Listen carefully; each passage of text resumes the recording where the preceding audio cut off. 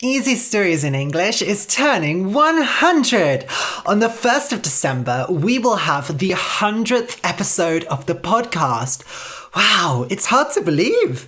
To celebrate 100 episodes, I want to put your voices on the podcast, record a message, and say how Easy Stories in English has helped you to learn English.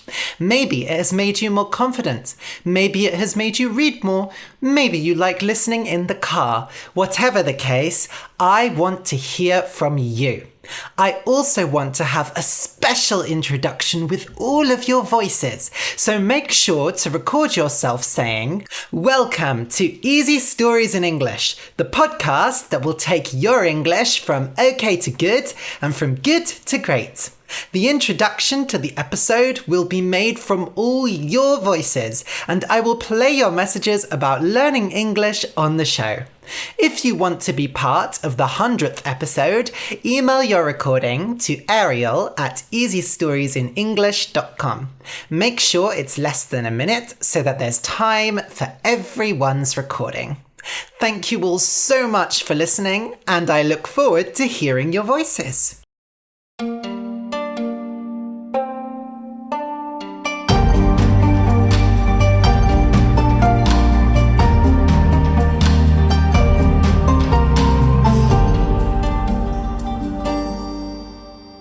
Welcome to Easy Stories in English, the podcast that will take your English from okay to good and from good to great. I am Ariel Goodbody, your host for this show.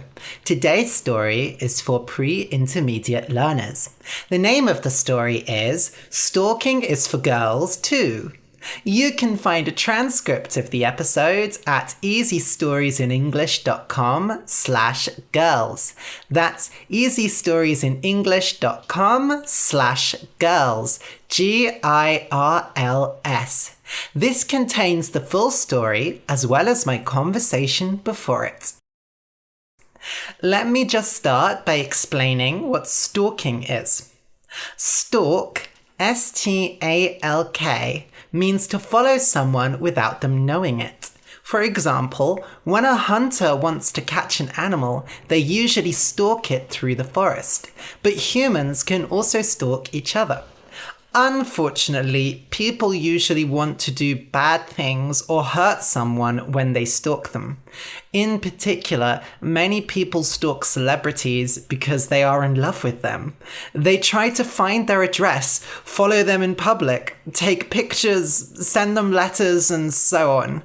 In most countries, stalking people is illegal, but it often still happens. So, based on the title of the story, you can probably tell that this story isn't so kid-friendly. It's maybe not a great story for children, but don't worry, there's nothing too bad in this story. There's not actual dangerous stalking in the story because this is a comedy story. It's a funny story, so don't worry, there's no danger and there's no sex or anything. There's just talk of dating and maybe unhealthy relationships, but hopefully you'll find it funny. I wrote this story as part of a challenge with one of my students. I challenged my student to write a piece of flash fiction, and I would write a piece of flash fiction as well, and then we discussed our flash fiction. So, what is flash fiction? Flash fiction is very, very short fiction. So fiction is stories, novels, and so on. Usually, flash fiction means a story that is 1,000 words or less. In this case, I challenged my student to write a story in 500 words or less. So today's story was originally 500 words or less, but now it's more like 700 words because I had to change the story for the podcast. I made it a bit longer so that I could make things clearer and easier to understand. So, why write flash fiction? Well, one, it's always fun to have a challenge, and when you're a writer, it's really good to try and challenge yourself every now and then. Sometimes you need to do something a bit different and see what happens. Usually, when I sit down to write a short story, I don't know how long it's going to be, and sometimes it ends up really long, so it can be really useful to sit down and say, okay, I'm going to write a story that is 500 words or less, or 1,000 words or less. It's difficult to fit a story into 500 words, but it means that you don't add too many details. You already know that it has to be a simple story. So I think in future, when I write a new short story, I will tell myself, okay, Ariel, this story is going to be 1,000 words or 2,000 words or however long it is. Probably it will be longer, but it's always good to start with an intention, an idea of what you're going to do. So, as I said, today's story is a comedy story. It's also kind of a romance story, a love story. Although technically, for a story to be a romance story, it has to have a happy ending. And well, this story doesn't have so much of a happy ending, but it does have a twist. So a twist, twist, is when something unexpected happens in a story. For example, in the film Star Wars, or I don't know which Star Wars film, in the Star Wars series, there is a famous scene where Darth Vader, the guy in the black outfit with the red lightsaber, says, "Luke, I am your father."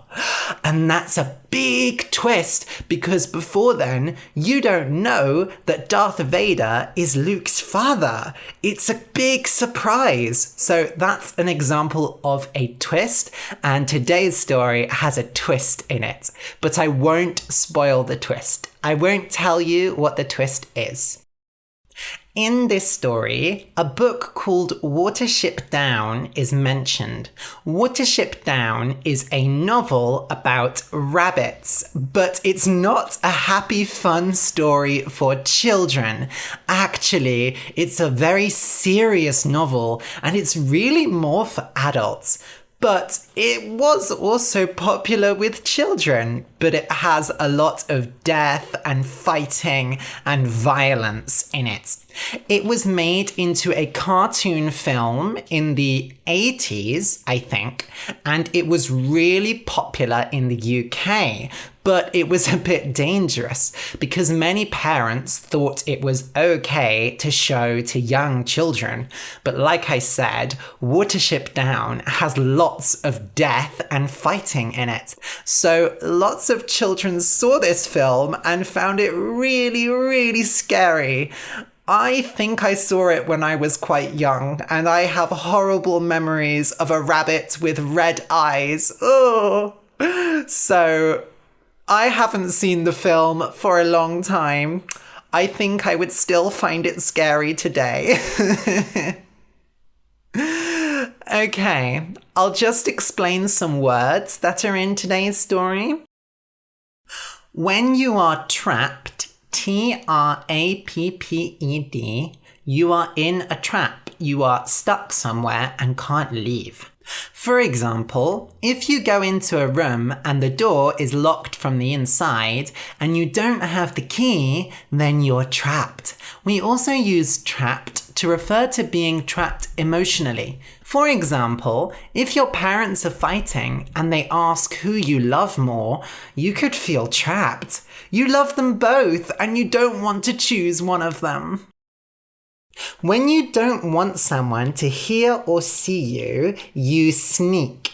S-N-E-A-K. And the past tense is snuck.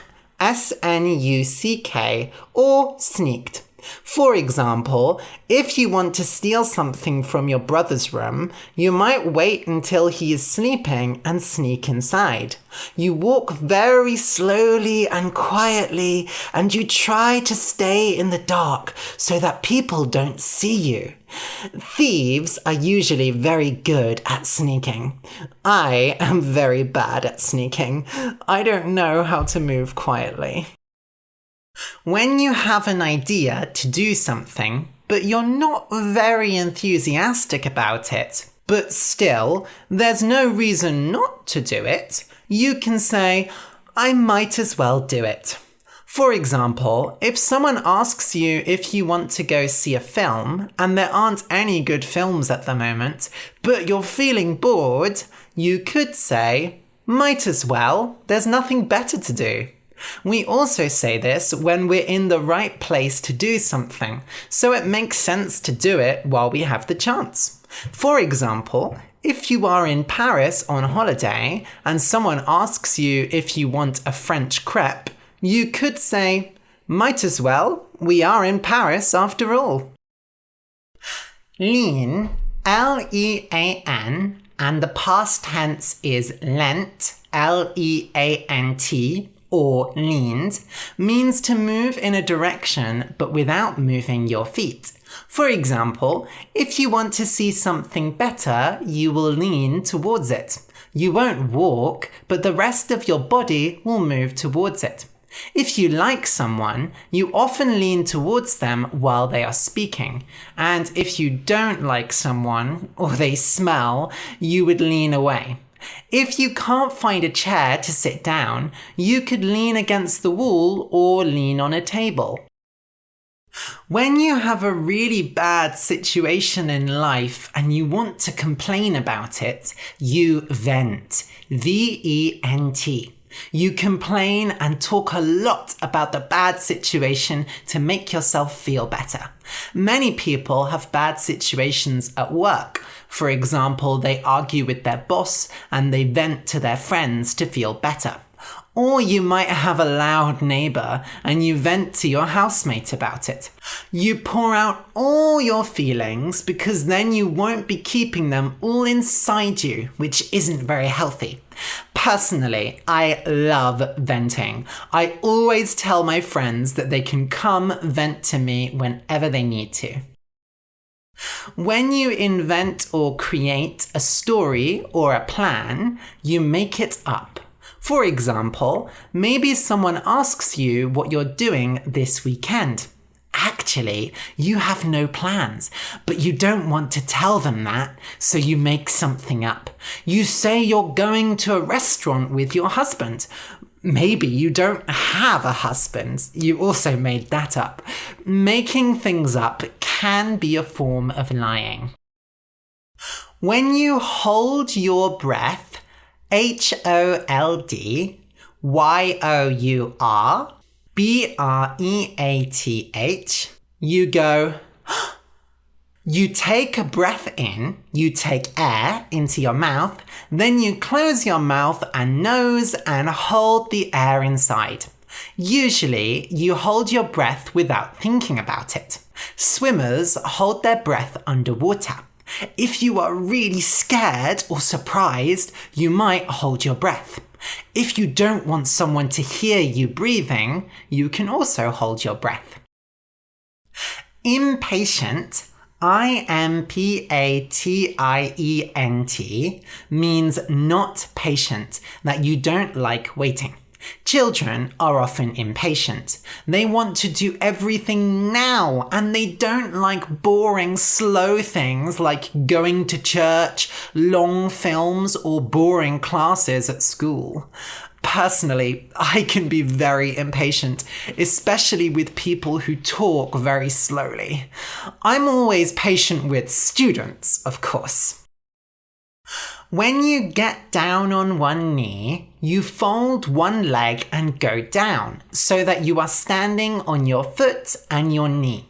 When people propose, when they ask someone, "Will you marry me?" they traditionally get down on one knee in many parts of the world. So now, when someone gets down on one knee, you usually know they are going to take out a box with a ring in it and propose. Fate, F-A-T-E, is the idea that everything in the world has been planned to happen.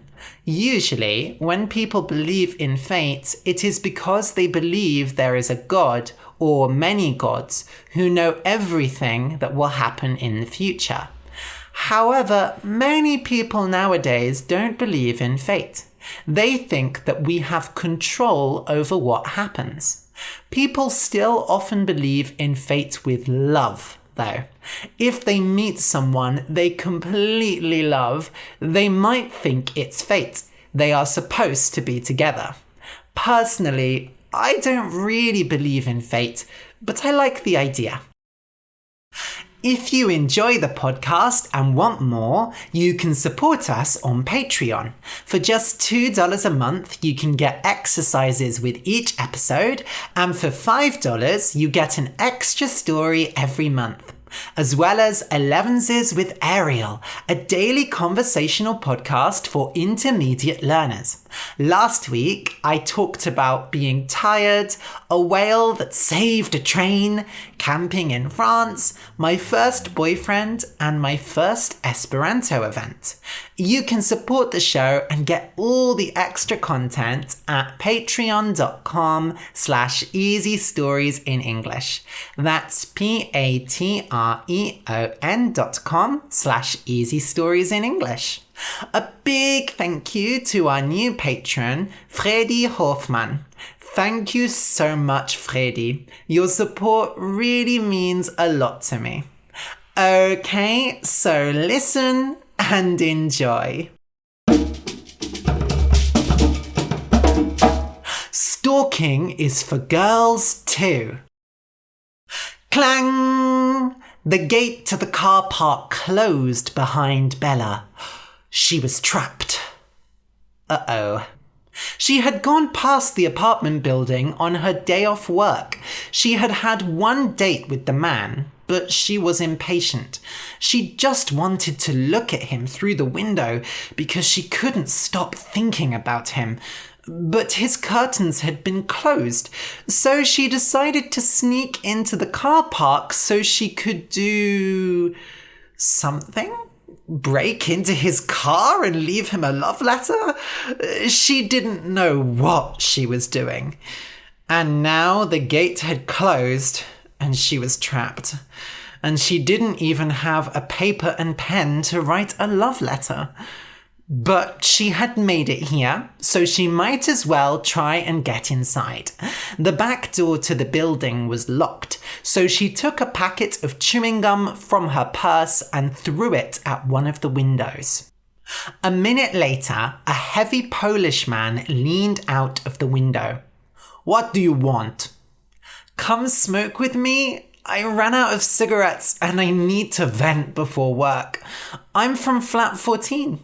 She smiled sweetly at him. The man said, "Sure," and came to meet her. She thought he probably didn't have a job, just like her, if he had such free time. While they smoked, she vented about her made-up job. This time, she made up a big company and said she worked there as a secretary. Usually, she told people she worked in a sex shop because that always interested people, but she didn't want this man to be too interested in her. She already had her man. As she smoked, this guy leaned towards her and told her she was pretty, and she leaned away from him and laughed. "Oh, I just need to get something from inside," she said after they finished. He opened the back door and she followed behind him and then said, "See you, Bartek." She waited for him to leave and then snuck up to flat 3. His flat. The flat of the man she was in love with. Her heart beat fast. What now? She always got herself into these situations, but was too scared to do something. But not this time. She had seen the hunger in his eyes when they went to the restaurant as his teeth bit into the chicken leg. She imagined it was her leg. Feeling very excited, she knocked on the door. She held her breath and listened out, but she heard nothing. She tried opening the door. To her surprise, it was unlocked. She listened again. Still, she heard nothing. So she stopped holding her breath and walked into her future husband's apartment. It was clean. Everything was tidied away onto shelves and into cupboards. Now that she was here, she decided she might as well look around. She went straight to the bed. "He has a single bed," she said. "That will have to change." She found an old book in his drawer. It was Watership Down. Her heart sang. What a lovely book. She imagined him lying there when he was sad and reading this book again and again. She had never read it herself, but she knew it was about soft rabbits. What a perfect man. Then she saw a black diary and threw the book on the floor. His diary. Oh, what deep personal thoughts would she find inside? She turned the pages with great excitement. She looked for the date when they first met, but she was impatient, so she turned to the newest diary entry. It was from that morning. "I cannot wait any longer. I must see her. I found her address on Google. I'm going to drive there, knock on her door. I'm going to get down on one knee and ask her to marry me. Oh, I must marry her.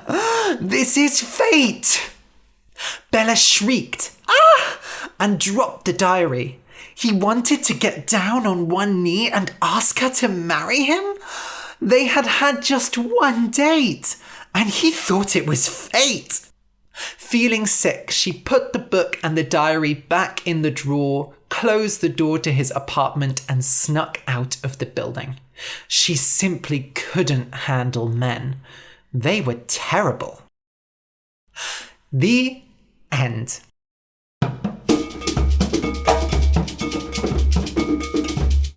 Well, what did you think of the twist? I would love to know what you thought of this story because I wrote it and I love hearing what you think of my stories. Go to easystoriesinenglish.com/girls and leave a comment. If you enjoyed the story, please consider supporting us on Patreon. Go to patreon.com/easystoriesinenglish. That's patreon.com/easystoriesinenglish. For just a few dollars a month, you can get extra episodes, conversational podcasts, exercises, and much more. Thank you for listening, and until next week.